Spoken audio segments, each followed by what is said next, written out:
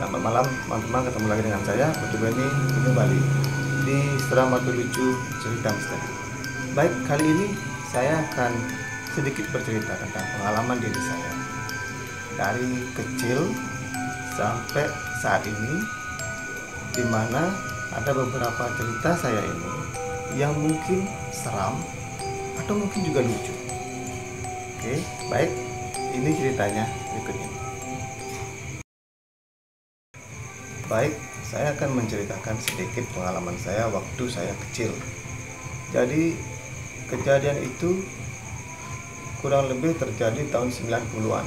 Itu di salah satu perumahan. Jadi, ayah saya itu bekerja sebagai PNS dan dia mendapatkan fasilitas rumah dinas. Itu di sekitar Non. Jadi saat itu saya kurang lebih berumur 8 tahun, kurang lebih kelas 2 SD. Itu pertama kali saya bertemu atau istilahnya bertabrakan dengan hal yang di luar nalar. Jadi kejadiannya itu malam hari, tiba-tiba saya terbangun kurang lebih sekitar jam 1:30 pagi.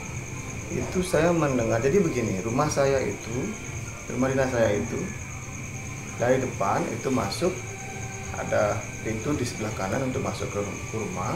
Jadi dari pintu utama di rumah sampai ke belakang itu tembus, ada pintu lagi menuju ke dapur. Nah, jadi satu tembus seperti itu. Nah, saat itu kamar saya di sebelah dapur. Sebelah dapur kamar saya ada kamar mandi nempel sama kamar saya, terus ruang tamu, ruang keluarga, dapur di paling belakang. Jadi itu semua dalam satu bangunan, jadi satu. Nah, pada saat itu saya mendengar satu langkah, itu gesekan sandal. Waktu itu dapur saya tidak berlantai, tidak berubin, istilahnya masih di semen ya, kita bilangnya semen. Itu gesekan sandal dengan semen itu sangat nyata saya dengar. Jadi suaranya seperti strek, strek, strek, strek seperti itu. Itu menuju ke kamar mandi. Nah, di kamar mandi saya mendengar dengan jelas sekali. Karena saya waktu itu terjaga, jadi saya terbangun dengan baik. Saya mendengar di kamar mandi itu ada bunyi air yang seperti orang mandi. Itu ada beberapa kali sendokan air ya. Itu setelah itu saya tunggu. Setelah selesai saya tunggu. Saya pikir itu paman saya, karena saya di kamar saya itu saya tidur dengan paman saya. Karena waktu itu gelap, kalau kita malam itu lampunya dimatikan. Saya pikir saya itu paman saya yang ada di kamar mandi. Nah, tidak berselang lama, jadi pintu kamar saya itu memang terbuka, karena saya memang dari kecil orangnya penakut. Pintu kamar saya terbuka, saya melihat ada sosok tingginya sepaman saya. Jadi begitu dia masuk, saya panggil, "Om, ayo bobok lagi," saya bilangnya begitu. Tapi ternyata dia menghampiri saya. Jadi tempat itu saya agak tinggi, paman saya itu tidurnya di bawah, sama-sama di kasur, cuman kasur saya lebih tinggi. Jadi paman saya menghampiri saya, berdiri di sebelah saya. Itu waktu itu saya tidak melihat wajah dengan jelas, jadi saya hanya lihat bentuk manusia berdiri itu hitam. Saya kalau menceritakan ini saya merinding lagi, serius, saya merinding lagi. Saya mengingat hal itu hitam besar. Terus tiba-tiba setelah saya lihat ke atas seperti ini, mau melihat wajahnya karena saya ingin memastikan itu paman saya, tiba-tiba dia menghilang. Karena saya itu terperangah dan tidak bisa bergerak, saya hanya coba memejamkan mata dan saya mencoba untuk berdoa. Tak berselang dari itu saya langsung tertidur. Nah, itu adalah pengalaman saya pertama kali saya bertemu dengan hal gaib dalam hidup saya.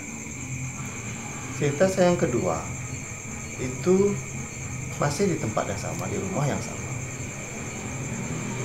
Jadi perumahan saya itu banyak teman-teman yang mengatakan bahwa memang sedikit angker. Orang katanya dulu di sana ada bekas kuburan sesuatu atau apa, tapi saya tidak tahu kebenarannya karena itu hanya rumor dari mulut ke mulut. Pada suatu hari kita itu mengadakan pengerupukan. Nah di Bali itu ada nyepi, sehari sebelum nyepi ada pengerupukan. Jadi kami itu membuat ogoh-ogoh. Nah itu ogoh-ogoh pertama kali. Ogoh-ogoh pertama kali di Banjar kami waktu itu. Saat itu kita membuat ogoh-ogoh itu berbentuk, kita kalau di Bali bilangnya rangde. Kita bilangnya rangde. Jadi bentuknya sudah jadi. Nah pada saat jadi cerita si pencari tapel ya, wajah itu tapel. Si pencari tapel waktu itu entah kalau nggak salah teman juga sih sebenarnya. Itu keliling kemanapun dia keliling ketemunya tapel yang sama. Jadi mau nggak mau dibelilah tapel itu untuk ogoh-ogoh rangde yang kita buat. Setelah selesai pengerupukan itu semua masih aman-aman saja, masih biasa-biasa saja. Berselang beberapa bulan, mulai ada kejanggalan di perumahan. Jadi ada beberapa kejadian, entah itu karena tapel tersebut atau apa, waktu itu kami belum tahu. Ada beberapa kejadian yang mengakibatkan beberapa warga yang ada di perumahan tersebut meninggal dunia. Entah meninggal dunia karena sakit, tabrakan, tapi yang lebih spesifik yang tabrakan ini karena beruntun. Jadi ketua perumahan kami itu bertanya, ada apa? Nah ternyata penyebabnya adalah tapel tersebut. Dan tapel tersebut diminta untuk dibuatkan tempat untuk sebuah pemujaan. Jadi di pintu masuk perumahan itu dibuatkan tempat pemujaan tersebut. Nah ternyata beliau adalah, istilahnya kalau kita di Bali bilangnya titisan dari Dewi Durga, kata tetua kami waktu itu. Buatlah pelinggih atau pura kecil yang bernama Pura Rani Miduki. Setelah adanya pura itu, di perumahan kami kembali baik-baik saja, tidak ada kecelakaan, tidak ada kematian yang beruntun seperti sebelumnya. Nah, itu kejadian janggalnya. Nah, setelah saya menikah, ini ada cerita lagi nih. Saya menikah, jadi saya menikah dan saya bekerja di pariwisata, saya bekerja di hotel. Yang namanya bekerja di hotel selalu ada shift, pagi, siang, dan sore. Nah, kebetulan saya bekerja di kitchen saat itu. Jadi ada kejadian sedikit aneh. Waktu itu kejadiannya saya pulang malam, kurang lebih jam setengah 12 malam. Saya punya naik motor waktu itu tahun 2003 berarti kejadiannya. 2003 itu saya naik motor Honda Supra yang tahun 97. Itu saya nah kebetulan perumahan saya ini melewati kantor gubernuran dan lapangan Inti Mandala Renon. Nah jadi saya pulangnya, mohon maaf saya flashback sedikit. Jadi ada satu jalur di sana di depan kantor gubernuran, dulunya sering dipakai anak-anak untuk balap-balapan liar. Seiring terjadinya balapan liar, terjadi sering sekali kejadian tabrakan yang mengakibatkan sampai korbannya meninggal. Jadi di cerita saya ini itu kejadian jam setengah 12 malam. Saya pulang dari restoran tempat saya bekerja, hotel tempat saya bekerja, melewati jalur tersebut. tiba-tiba tepat di tengah-tengah antara ujung dan ujung kantor gubernuran itu, di sana ada kolam. Tepat di depan kolam ini motor saya mati tiba-tiba. Begitu mati, karena saya tidak ada berpikir tentang hal yang di luar kewajaran. Karena juga motor saya waktu itu saya memang sedikit oprek, jadi kemungkinan ini mungkin businya basah atau bagaimana. Matilah di sana. Itu sembari saya menghidupkan motor, saya mengucapkan mantra. Yaitu waktu itu saya masih ingat saya ucapkan Om Awiganawastu. Cuman memang sedikit seperti nadanya nada bercanda. Nah, disitulah kesalahan saya sebenarnya.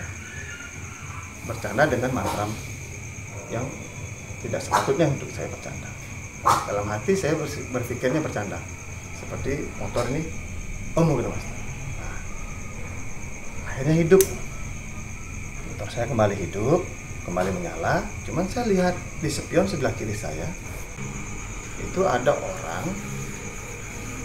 berpakaian seperti orang mau lari pagi. Jadi dia pakai training, pakai sepatu kets. Saya masih ingat sepatu ketsnya warna putih, trainingnya biru. Cuman bagian dari sini ke atas saya nggak lihat. Dia hanya saya lihat berjalan di belakang saya, tepat di belakang saya, dari spion sebelah kiri saya. Saat itu saya tidak ada berpikir tentang hal yang mistis atau apapun. Karena motor saya sudah menyala, saya gas lagi, saya meluncur. Jadi saya masuk ke perumahan. Nah, sebelum saya masuk ke pagar rumah saya, karena kamar saya itu, kamar saya ini masih di rumah yang sama, cuman kamar saya baru, jadi kamar saya di belakang garasi. Di belakang garasi, mepet dengan jalan. Jadi kamar, pagar, got, jalan masuk perumahan. Nah, jendela saya itu ada yang di sebelah jalan. Jadi biasanya saya berhenti di situ, saya ketok jendela saya, membangunkan istri saya untuk membuka pintu. Jadi saat saya ketok jendela dan istri saya menyaut, ya, ntar saya bukakan. Nah, kembalilah saya ke motor. Pada saat mau hidupkan motor saya mati kembali. Jadi motor saya itu, karena saya oprek, dia begitu kita starter, lampu ini nyala langsung nyala ke depan. Begitu starter, lampu nyala ke depan. Nah, tanpa sengaja saya starter, pada saat lampu nyala, saya melihat orang tersebut yang sepatu kets putih, celana training biru, itu berada. Jadi perumahan saya itu ada blok 1, tepatan begitu jalan masuknya. Blok 2, saya di blok 2, ada blok 3, ada blok 4. Blok 4 itu yang terakhir. Jadi kita bisa lihat itu bentuk yang terakhir itu adalah kayak pertigaan T. Nah, dia berdiri tengah-tengah itu. Berdiri tengah-tengah itu, karena suasananya agak gelap, saya hanya melihat dia, badannya dia itu pakai baju kaos itu loreng merah, putih, hitam atau biru, saya lupa. Terus terang teman-teman, saya merinding nih kalau ingat, saya merinding lagi nih. Jadi begini, begitu lampu itu nyala, saya melihat orang itu berdiri di tengah-tengah.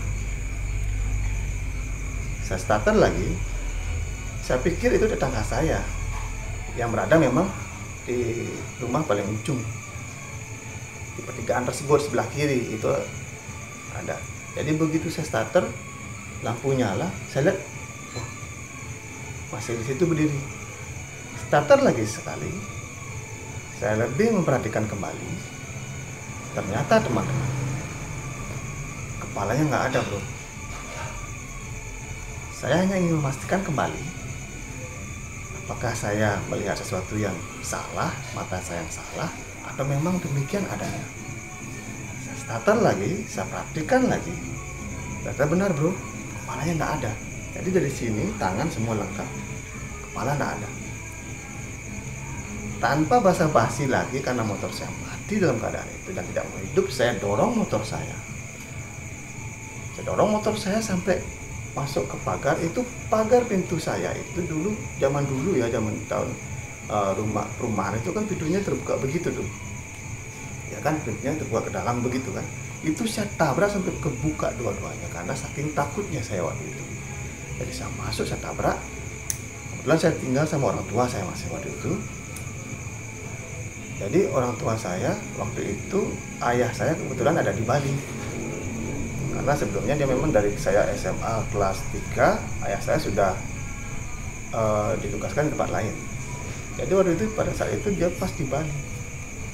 Karena kaget dan dia terbangun, terus dia bilang, "Kenapa tuh?" Saya bilang, "Wah ini gila nih. Saya ditunjukin wujud manusia tapi tidak ada kepala, Pak." Saya bilang. Dan jawaban bapak saya itu malah, "Ya udah, kamu tunggu dulu, jangan masuk." Itu membuat saya semakin merasa, wah gila nih, saya sudah takut disuruh tidak boleh masuk. Sampai akhirnya ibu saya keluar, itu bawa sesajen kecil. Kita orang Hindu itu ada canang, ada permennya, kita bilang harapan, ada dupanya. Jadi ibu saya meletakkan di jalan perempatan sekitar rumah saya. Dan lucunya lagi, ibu saya bawa keluar itu sambil berkata, "Aduh, kamu ada saja." Nah, taruh di perempatan itu sambil tengok bro. Jadi ibu saya itu nggak fokus pada canangnya, jadi tengok ibu sambil kayak orang ketakutan seperti itu. Lalu dia masuk lagi, "Tunggu, jangan masuk dulu." Semakin bingung lah saya. Akhirnya saya suruh masuk oleh bapak saya, dipanggil masuk, terus saya cuci muka, terus saya sembahyang. Nah, itu kejadian yang menurut saya lumayan seram bagi saya. Karena sampai sekarang pun saya dan ayah saya tidak mengetahui itu apa atau siapa. Cuman saya mengambil kesimpulan, kemungkinan karena kesalahan saya dalam mengucap mantra dengan cara bercanda, istilahnya main-main dengan sebuah mantra pada saat saya ingin menerima motor. Jadi itulah yang saya dapatkan. Nah, teman-teman, itu cerita saya waktu saya tinggal di perumahan. Masih banyak teman-teman cerita saya sebenarnya. Yang ini memang betul-betul terjadi pada diri saya. Yang mungkin cerita lucu atau seram ya bagi teman-teman, ini akan saya ceritakan lagi. Waktu itu cerita ini terjadi di rumah sakit besar di Bali yang ada di Denpasar, Rumah Sakit Sanglah. Siapa nggak tahu Rumah Sakit Sanglah, rumah sakit yang tertua ada di Bali, dan mungkin juga banyak teman-teman yang pernah merasakan atau melihat atau lebih di rumah sakit tersebut. Jadi suatu ketika nenek dari istri saya itu sakit yang harus dirawat di ruangan yang khusus untuk orang tua di Rumah Sakit Sanglah. Jadi saya menunggu di sana sama istri saya setiap malam. Ternyata Tuhan berkata lain. Nenek dari istri saya harus berpulang pada saat itu. Jadi kepercayaan orang Bali, kita itu istilahnya membawa makanan ke tempat di mana jenazah dititipkan, yaitu di kamar jenazah di Rumah Sakit Sanglah. Jadi pada waktu itu saya dan istri saya bertugas membawakan makanan tersebut yang dalam istilah Bali namanya munjung, kamar jenazah, dan itu jam 4 pagi bro. Jadi jam 4 pagi itu saya dan istri masuk ke ruang jenazah. Waktu itu masih boleh masuk, nggak seperti sekarang yang tidak boleh. Kita hanya boleh meletakkan munjung itu dari luar. Saya masuk, tahulah rumah sakit seperti apa. Jadi kamar jenazah itu baru masuk itu ada pintu yang buka tutup seperti itu ya kan. Masuk pertama, nah sebelah kiri ini masuk untuk ke ruangan jenazah yang didinginkan. Kemarinnya saya melihat salah satu ruangan tersebut waktu saya munjung pagi, tapi kemarinnya itu siang. Saya nggak ada rasa takut kemarinnya itu. Saya melihat ada satu jenazah yang sedang diotopsi. Nah, pada pagi itu jam 4 pagi saya lihat ruangan itu kosong. Jadi diri saya tenang. Saya lihat ruangan sebelahnya kosong juga. Nah, saya sudah melewati kulkas yang pertama nih, pendingin yang pertama. Jadi nenek istri saya itu ada di pendingin yang kedua, ada di baliknya lagi. Jadi ini pendingin, ini ruangan pemulasaran jenazah, ini juga sama, paling ujung juga sama. Jadi di sebelah dari ujung ini ada pendingin lagi. Di belakang pendingin ini ada ruangan juga yang tertutup. Nah, jadi saya jalan sambil melihat ke kanan karena ruangan ini kemarin yang saya lihat ada jenazahnya. Waktu itu pendingin semua tertutup, tidak ada jenazah yang di luar. Ruangan tersebut juga bersih, tidak ada jenazah. Jadi saya aman, saya merasa nyaman. Terus terang bro, teman-teman, saya orangnya takut dengan hal-hal yang seperti itu. Jadi saya menemani istri saya sampai di pendingin kedua. Jadi pendingin kedua itu ada selang tembok segini, selebar ini. Nah, saya bersandar situ sembari istri saya mengaturkan munjung di pendingin tersebut. Di belakang tembok ini ada pintu bro, pintu. Entah kenapa saat itu saya ingin sekali menoleh di sela-sela pintu tersebut. Dan sela-sela itu ada segini. Jadi kita bisa lihat dengan jelas di belakang pintu itu, di balik pintu itu ada apa. Awalnya saya nak mau melihat, tapi karena ketertarikan saya tersebut, saya ngelirik selang pintu tersebut. Kaget bukan main bro, teman-teman. Saya melihat di balik pintu itu, di tempat saya tembok bersandar tersebut, ada satu jenazah wanita. Kenapa saya bilang wanita? Karena saya lihat jelas dari jidat dan rambut ini panjang, putih. Saking kagetnya saya bro, teman-teman boleh ketawa. Saking kagetnya saya berdiri tegak, berbalik badan, tanpa bilang apa-apa ke istri saya. Saya jalan pelan-pelan, kaki sudah berat teman-teman, kaki saya berat. Saya jalan pelan-pelan, dalam hati saya berucap, jangan pingsan, jangan pingsan. Karena saya berpikir begini, apabila saya pingsan, istri saya pasti akan lari mencari pertolongan. Nah, saya di situ kan sendiri bro. Apa enggak modar saya nanti bisa. Jadi saya berusaha sekuat tenaga, langkahkan kaki saya keluar dari kamar jenazah sampai ke parkiran. Di situ saya baru tenang, rasanya plong. Dan tiba-tiba istri saya sudah di belakang. Kenapa ditinggal? Saya kaget. Benar. Jadi kesalahan saya waktu itu adalah seperti yang saya bilang tadi. Mungkin saya kurang mengamati tempat tersebut. Jadi saya hanya masuk saja tanpa bilang permisi. Itulah yang terjadi pada saya di kamar jenazah Rumah Sakit Sanglah. Terima kasih sudah mendengarkan sampai di sini. Sampai jumpa lagi di cerita saya berikutnya. Masih banyak. Dan pengalaman ini real terjadi yang saya alami. Terima kasih. Salam seram atau lucu. Cerita misteri.